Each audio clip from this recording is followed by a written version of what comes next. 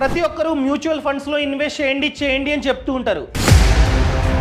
కానీ ఏ mutual funds లో investment చేయాలో ఎవ్వరూ చెప్పరు. సో ఈ రోజు ఈ వీడియోలో ప్రెసెంట్ ఏ మ్యూచువల్ ఫండ్స్ బాగున్నాయో చెప్తా. నేను బ్లైండ్ గా చెప్పట్లా, ఈటీ వెల్త్ అనే మ్యాగజైన్ ని రిఫరెన్స్ గా తీసుకుని చెప్తూ ఉన్నా. దాంతో పాటు నేను కూడా కొన్ని పారామీటర్స్ ని కన్సిడర్ చేసి చెప్తూ ఉన్నా. First one, ratings. కొన్ని రేటింగ్ ఏజెన్సీస్ ఉంటాయి. For example Morningstar, CRISIL, Value Research etcetera. వాళ్ళు కనుక ఏదైనా ఫండ్ కి 4 స్టార్ లేదా 5 స్టార్ ఇస్తే మాత్రమే నేను చెప్తూ ఉన్నా. అండ్ దాంతో పాటు ఏయుఎం అనగా అసెట్ అండర్ మేనేజ్మెంట్. ఏదైనా ఒక ఫండ్ లో ఆల్రెడీ 15,000 కోట్ల కంటే ఎక్కువ డబ్బు ఇన్వెస్ట్మెంట్ చేసున్నట్లయితే ఆ ఫండ్స్ ని మాత్రమే చెప్తున్నా. ఒక ఏఎంసీని బాగా నమ్మి ఒక ఫండ్ లో జనం కనుక 15,000 కోట్ల కంటే ఎక్కువ డబ్బు ఆల్రెడీ ఇన్వెస్ట్మెంట్ చేసున్న ఫండ్స్ నే నేను చెప్తూ ఉన్నా. అదే విధంగా final one, returns. Last 5 years గా మంచి రిటర్న్స్ ని జనరేట్ చేసిన ఫండ్స్ నే నేను చెప్తూ ఉన్నా. అర్థమైందా అండి?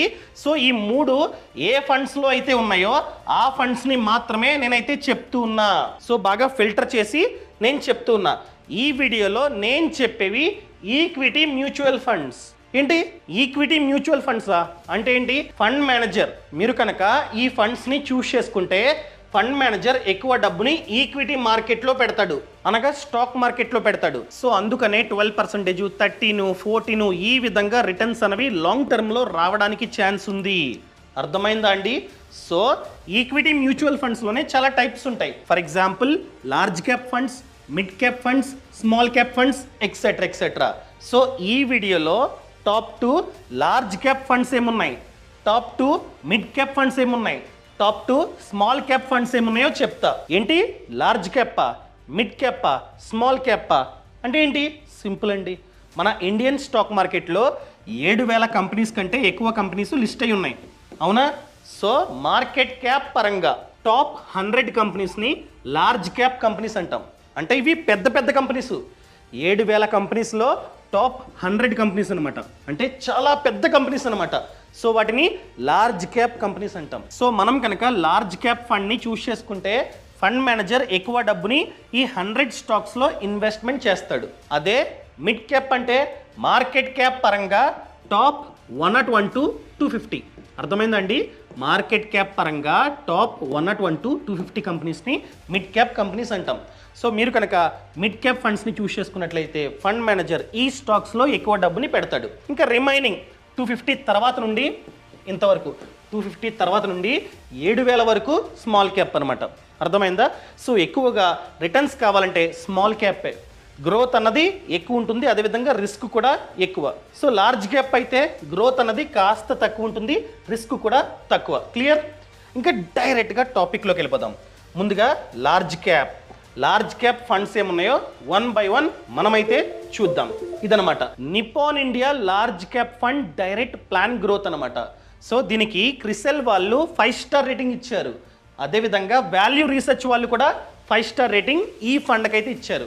And AUM asset under management చూసుకున్నట్లయితే 32,884 కోట్లు. ఎంతని చెప్పా? మినిమం పారామీటర్ 15,000 కోట్లు. కానీ ఇక్కడ 32,884 కోట్లు ఆల్రెడీ ఈ ఫండ్లో ఇన్వెస్ట్మెంట్ అయ్యింది. అంటే మనలాంటి వాళ్ళు ఆల్రెడీ ఇంత డబ్బుని ఈ ఫండ్లో ఇన్వెస్ట్మెంట్ చేశారు. ఇంకా థర్డ్ పారామీటర్ ఏంటి? రిటర్న్స్. సో రిటర్న్స్ ఏ విధంగా వచ్చాయో మనమైతే చూద్దాం. రిటర్న్స్ ఉందా? క్లిక్ చేయండి. లాస్ట్ 1 ఇయర్గా చూసుకున్నట్లయితే 36% రిటర్న్. లాస్ట్ 2 ఇయర్స్గా 30, లాస్ట్ 3 ఇయర్స్గా 21, లాస్ట్ 5 ఇయర్స్గా 23 అండ్ లాస్ట్ 10 ఇయర్స్గా చూసుకున్నట్లయితే 16.72. ఇది లంసమ్. అర్థమైందండి? ఎస్ఐపి కాదు. ఎస్ఐపి రిటర్న్స్ చూసుకున్నట్లయితే లాస్ట్ 1 ఇయర్గా 31, లాస్ట్ 2 ఇయర్స్గా 32, లాస్ట్ 3 ఇయర్స్గా 28, లాస్ట్ 5 ఇయర్స్గా 27, లాస్ట్ 10 ఇయర్స్గా 19. ఇంత పర్సంటేజ్ రిటర్న్ జనరేట్ అయింది. సో ఈ విధంగా జనరేట్ అవ్వడానికి ప్రధానమైన కారణం పోర్ట్ఫోలియో. సో పోర్ట్ఫోలియో ఏ విధంగా ఉందో చూద్దాం. అంటే ఏంటి? ఫండ్ మేనేజర్ మన డబ్బుని ఈ స్టాక్స్లో ఇన్వెస్ట్మెంట్ చేస్తున్నాడు. ఆల్రెడీ చెప్పా, ఇది లార్జ్ క్యాప్. అంటే లార్జ్ క్యాప్ స్టాక్స్లో మాత్రమే ఇన్వెస్ట్మెంట్ చేస్తూ ఉంటాడు ఫండ్ మేనేజర్. టోటల్గా 65 స్టాక్స్లో ఇన్వెస్ట్మెంట్ చేశాడు. ఆ స్టాక్స్ ఏంటి? ఇవన్నమాట. HDFC bank, Reliance Industries, ICICI, అదేవిధంగా ఐటీసీ, ఇన్ఫోసిస్, ఇవన్నీ లార్జ్ క్యాప్ స్టాక్స్ అనమాట. వీటిల్లో ఫండ్ మేనేజర్ ఇన్వెస్ట్మెంట్ చేస్తున్నాడు. క్లియర్? ఇది ఫస్ట్ ఫండ్. ఇంకా సెకండ్ వన్ లార్జ్ క్యాప్లో సెకండ్ వన్ చూసుకున్నట్లయితే ICICI Pru Blue Chip fund direct plan growth అనమాట. సో దీనికి క్రిసెల్ వాళ్ళు 4 స్టార్ రేటింగ్ ఇచ్చారు, కానీ వాల్యూ రీసెర్చ్ వాళ్ళు 5 స్టార్ రేటింగ్ ఇచ్చారు. అసలు ఈ రేటింగ్స్ ఎలా ఇస్తారు? A to Z ఆ కంపెనీస్ అయితే చూస్తాయి. ఏం చూస్తాయి? ఫండ్ మేనేజర్ ఎవరు, అసెట్ మేనేజ్మెంట్ కంపెనీ ఏంటి, మంచిదా కాదా, A to Z చూస్తారనమాట. అన్నీ చూసిన తర్వాత మాత్రమే వాళ్ళు రేటింగ్స్ అనేవి ఇస్తారు. అండ్ అదేవిధంగా AUM అసెట్ అండర్ మేనేజ్మెంట్ చూసుకున్నట్లయితే 64,222 కోట్లు. మినిమం పారామీటర్ 15,000 కోట్లు అని చెప్పా, కానీ ఇంత డబ్బుని మనమైతే ఇన్వెస్ట్మెంట్ చేస్తాం, అనగా మన ఇన్వెస్టర్స్ ఇన్వెస్ట్మెంట్ చేశారు ఈ ఫండ్లో. అదేవిధంగా రిటర్న్స్ మనమైతే క్లియర్గా చూడొచ్చు. ఇక్కడ బాగుంటాయి, మంచిగా ఉంటే మాత్రమే నేను చెప్తున్నా రిటర్న్స్. సో ఫ్యూచర్లో కూడా రావడానికి ఛాన్స్ ఉంది. ఇవి పాస్ట్ రిటర్న్స్, ఫ్యూచర్లో కూడా ఇలాగే వస్తాయని చెప్పి ఎవ్వరూ చెప్పలేరు, డిపెండ్స్ అపాన్ మార్కెట్. అండ్ అదేవిధంగా ఈ ఫండ్స్లో నేను ఇన్వెస్ట్మెంట్ చేయమని చెప్పట్లే, ఇది అడ్వైస్ కాదు, నేను జరిగింది చెప్తున్నా. అంటే పాస్ట్లో ఇంత రిటర్న్స్ వచ్చాయి, ఫ్యూచర్లో వస్తాయి, ఖచ్చితంగా ఈ ఫండ్స్లో మాత్రమే ఇన్వెస్ట్మెంట్ చేయండి అని చెప్పి నేనైతే చెప్పట్లా. అర్థమైందా అండి? ఇది ఫినాన్షియల్ అడ్వైస్ కాదు, జస్ట్ జరిగింది చెప్తున్నా. లాస్ట్ 1 ఇయర్గా చూసుకున్నట్లయితే ఈ ఫండ్ 38%, లాస్ట్ 2 ఇయర్స్గా 28, లాస్ట్ 3 ఇయర్స్గా 19, లాస్ట్ 5 ఇయర్స్గా 22, లాస్ట్ 10 ఇయర్స్గా 16. అండ్ ఈ ఫండ్ స్టార్ట్ అయినప్పటి నుంచి ఇప్పటి వరకు చూసుకున్నట్లయితే 17.11% రిటర్న్ని జనరేట్ చేసింది. సో ఫ్యూచర్లో చేయొచ్చు, చేయకపోవచ్చు. ఇవి 2 లార్జ్ క్యాప్. ఇప్పుడు మిడ్ క్యాప్ ఫండ్స్ ఏం బాగున్నాయో చూద్దాం. సో ఫస్ట్ వన్ చూసుకున్నట్లయితే Motilal Oswal mid cap fund direct plan growth అనమాట. సో దీనికి క్రిసెల్ వాళ్ళు 5 స్టార్ రేటింగ్ ఇచ్చారు. అదేవిధంగా వాల్యూ రీసెర్చ్ వాళ్ళు కూడా 5 స్టార్ రేటింగ్ ఈ ఫండ్కి అయితే ఇచ్చారనమాట. సో దీని యొక్క AUM అసెట్ అండర్ మేనేజ్మెంట్ చూసుకున్నట్లయితే 15,000 కోట్లు పారామీటర్ రీచ్ అయింది. అదేవిధంగా రిటర్న్స్ మనమైతే చూద్దాం. సో రిటర్న్స్ కంటే ముందు పోర్ట్ఫోలియో మనమైతే చూద్దాం. అంటే ఫండ్ మేనేజర్ మన డబ్బుని ఎక్కడ ఇన్వెస్ట్మెంట్ చేస్తున్నాడు. సో ఇది మిడ్ క్యాప్ ఫండ్ కాబట్టి ఫండ్ మేనేజర్ ఎక్కువ డబ్బుని మిడ్ క్యాప్ స్టాక్స్లో ఇన్వెస్ట్మెంట్ చేస్తున్నాడు. టోటల్ 20 స్టాక్స్ అనమాట ఇవి. అర్థమైందా? అండ్ వీటి యొక్క రిటర్న్స్ మనమైతే చూద్దాం. రిటర్న్స్ మీద క్లిక్ చేసా, ఖచ్చితంగా ఎక్కువే ఉంటాయి. ఇదిగోండి, లాస్ట్ 1 ఇయర్గా చూసుకున్నట్లయితే 72% రిటర్న్ని జనరేట్ చేసింది. అదే లాస్ట్ 2 ఇయర్స్గా 44, లాస్ట్ 3 ఇయర్స్గా 36, లాస్ట్ 5 ఇయర్స్గా 35, లాస్ట్ 10 ఇయర్స్గా చూసుకున్నట్లయితే 23. సో ఈ విధంగా ఫ్యూచర్లో జనరేట్ చేయొచ్చు, చేయకపోవచ్చు, చెప్పలేం. అర్థమైందా అండి? ఇది మిడ్ క్యాప్. ఇంకా సెకండ్ వన్ మిడ్ క్యాప్లో HDFC mid cap opportunities fund అనమాట. సో ఈ ఫండ్ యొక్క AUM చూసుకున్నట్లయితే 75,000 crore. అదేవిధంగా క్రిసెల్ వాళ్ళు 4 స్టార్ రేటింగ్ ఇచ్చారు, వాల్యూ రీసెర్చ్ వాళ్ళు కూడా 4 స్టార్ రేటింగ్ వాళ్ళైతే ఇచ్చారనమాట. అండ్ రిటర్న్స్, సో ఏ విధంగా పాస్ట్లో రిటర్న్స్ అనేవి జనరేట్ అయ్యాయో చూద్దాం.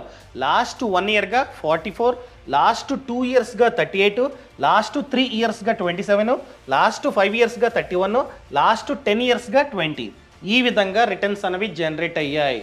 అదేవిధంగా పోర్ట్ఫోలియో మనమైతే చూద్దాం. ఇది మిడ్ క్యాప్ కాబట్టి ఫండ్ మేనేజర్ ఎక్కువ డబ్బుని మిడ్ క్యాప్ స్టాక్స్లో ఇన్వెస్ట్మెంట్ చేస్తూ ఉంటాడనమాట. సో చూద్దాం, టోటల్గా 73 స్టాక్స్లో ఇన్వెస్ట్ చేశాడు ఇవన్నమాట. అర్థమైందండి? సో ఫ్యూచర్లో ఈ స్టాక్స్ అన్నీ బాగుంటే మాత్రమే ఈ కంపెనీ యొక్క NAV అనగా నెట్ అసెట్ వాల్యూ బాగుంటుంది. ఈ ఫండ్ యొక్క NAV పెరుగుతూ ఉంటుంది. NAV పెరుగుతున్నట్లయితే మాత్రమే మనకి మంచిగా ప్రాఫిట్స్ అనేవి జనరేట్ అవుతూ ఉంటాయి. ఇది మిడ్ క్యాప్. ఇంకా స్మాల్ క్యాప్లో ఏం ఫండ్స్ బాగున్నాయో చూద్దాం. First one Nippon India small cap fund direct plan growth అనమాట. సో దీని యొక్క NAV నెట్ అసెట్ వాల్యూ చూసుకున్నట్లయితే 197 ఉంది. సో ఫ్యూచర్లో పెరగడానికి ఛాన్స్ ఉంది. అదేవిధంగా రేటింగ్ క్రిసెల్ వాళ్ళు 4 స్టార్ రేటింగ్ ఇచ్చారు, కానీ వాల్యూ రీసెర్చ్ వాళ్ళు 5 స్టార్ రేటింగ్ ఈ ఫండ్కి అయితే ఇచ్చారనమాట. అదేవిధంగా AUM అసెట్ అండర్ మేనేజ్మెంట్ చూసుకున్నట్లయితే 60,000 కోట్లు. అంత డబ్బుని ఇన్వెస్టర్స్ ఈ ఫండ్లో పెట్టుబడి పెట్టారు. అంత డబ్బుని పెట్టుబడి పెట్టారంటే మంచిదే అని మనమైతే భావించాలి. అదేవిధంగా రిటర్న్స్ ఏ విధంగా జనరేట్ అయ్యాయో పాస్ట్లో చూద్దాం. ఫ్యూచర్లో రావచ్చు, రాకపోవచ్చు, మళ్ళీ చెప్తున్నా. లాస్ట్ 1 ఇయర్గా 44, లాస్ట్ 2 ఇయర్స్గా 40, లాస్ట్ 3 ఇయర్స్గా 30, లాస్ట్ 5 ఇయర్స్గా 38, లాస్ట్ 10 ఇయర్స్గా 24 రిటర్న్ జనరేట్ అయిందనమాట. అదేవిధంగా పోర్ట్ఫోలియో మనమైతే ఖచ్చితంగా చూడాలి. ఈ స్టాక్స్ మంచివా కాదా మనమైతే గమనించాలన్నమాట. ఇవన్నీ స్మాల్ క్యాప్ స్టాక్స్ అనమాట. ఎక్కువ స్మాల్ క్యాప్ స్టాక్స్ గమనించండి. ఇంకా last one quant small cap fund direct plan growth అనమాట. సో ఎన్ఏవి చూసుకున్నట్లయితే 295, ప్రెసెంట్ ఎన్ఏవి 295. క్రిసెల్ వాళ్ళు 3 స్టార్ రేటింగ్ ఇచ్చారు, వాల్యూ రీసెర్చ్ వాళ్ళు 5 స్టార్ రేటింగ్ ఇచ్చారు. అండ్ ఫండ్ సైజ్ చూసుకున్నట్లయితే 25,000 crore. అర్థమైందా అండి? అదేవిధంగా రిటర్న్స్ మనమైతే చూద్దాం, ఏ విధంగా రిటర్న్స్ అనేవి జనరేట్ అయ్యాయో ఈ ఫండ్కి పాస్ట్లో మనమైతే చూద్దాం. So last 1 yearగా 50, almost 50% return. Last 2 yearsగా 43, last 3 yearsగా 29, 5 yearsగా 50 and last 10 yearsగా 22. ఈ విధంగా రిటర్న్స్ అనేవి జనరేట్ అయ్యాయి. అదేవిధంగా పోర్ట్ఫోలియో మనమైతే చూద్దాం. ఇదిగోండి, ఎక్కడ ఫండ్ మేనేజర్ మన డబ్బుని ఇన్వెస్ట్మెంట్ చేస్తున్నాడో మనమైతే క్లియర్గా ఇక్కడ చూడొచ్చు అనమాట. ఇదిగోండి, స్మాల్ క్యాప్లో ఎక్కువ డబ్బుని పెట్టుబడి పెట్టాడు ఫండ్ మేనేజర్. సో వీటిల్లో చాలా స్మాల్ క్యాప్ స్టాక్స్ అనమాట. అర్థమైందా అండి? సో వీటిల్లో మీరు కావాలంటే అంతా చెక్ చేసుకొని A to Z చెక్ చేసుకొని ఇన్వెస్ట్మెంట్ చేయండి, అంతేగాని బ్లైండ్గా మీరైతే చేయకండి. నాకు కావాల్సింది మీరు మీ డబ్బుని ఇన్వెస్ట్మెంట్ చేయడం.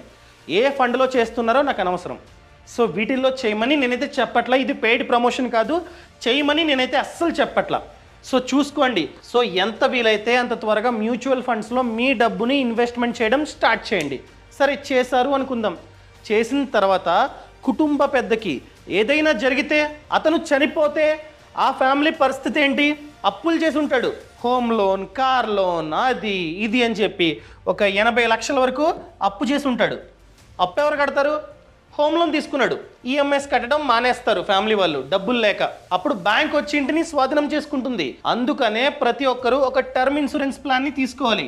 ఫర్ ఎగ్జాంపుల్, ఆ కుటుంబ పెద్ద 2 కోట్ల టర్మ్ ప్లాన్ని తీసుకున్నాడు అనుకుందాం. తీసుకున్న తర్వాత చనిపోతే బీమా సంస్థ ఆ కుటుంబానికి 2 కోట్లు ఇస్తుంది.